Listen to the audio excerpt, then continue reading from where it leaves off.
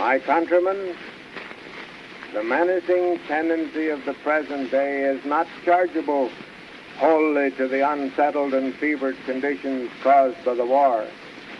The manifest weakness in popular government lies in the temptation to appeal to group citizenship for political advantage.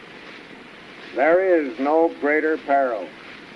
The Constitution contemplates no class and recognizes no group.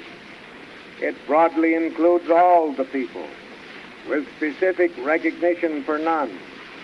And the highest consecration we can make today is a committal of the Republican Party to that saving constitutionalism which contemplates all America as one people and holds just government free from influence on the one hand and unmoved by intimidation on the other. It would be the blindness of folly to ignore the activities in our own country which are aimed to destroy our economic system and to commit us to the colossal tragedy which has both destroyed all freedom and made Russia impotent. This movement is not to be halted in throttled liberties.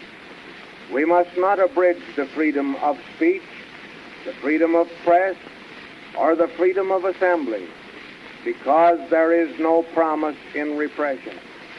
These liberties are as sacred as the freedom of religious belief, as inviolable as the rights of life and the pursuit of happiness. We do hold to the right to crush sedition, to stifle a menacing contempt for law, to stamp out a peril to the safety of the Republic or its people when emergency calls, because security and the majesty of the law are the first essentials of liberty. He who threatens destruction of the government by force or flaunts his contempt for lawful authority ceases to be a loyal citizen and forfeits his rights to the freedom of the Republic. Let it be said to all of America that our plan of popular government contemplates such orderly changes as the crystallized intelligence of the majority of our people thinks best. There can be no modification of this underlying rule, but no majority shall abridge the rights of a minority. Men have a right to question our system in fullest freedom, but they must always remember that the rights of freedom impose the obligations which maintain it. Our policy is not of repression, but we make appeal today to American intelligence and patriotism when the Republic is menaced from within, just as we trusted American patriotism when our rights were threatened from without. We call on all America for steadiness so that we may proceed deliberately to the readjustment which concerns all the people. Our party platform fairly expresses the conscience of Republicans on industrial relations. No party is indifferent to the welfare of the wage earner. To us, his good fortune is of deepest concern.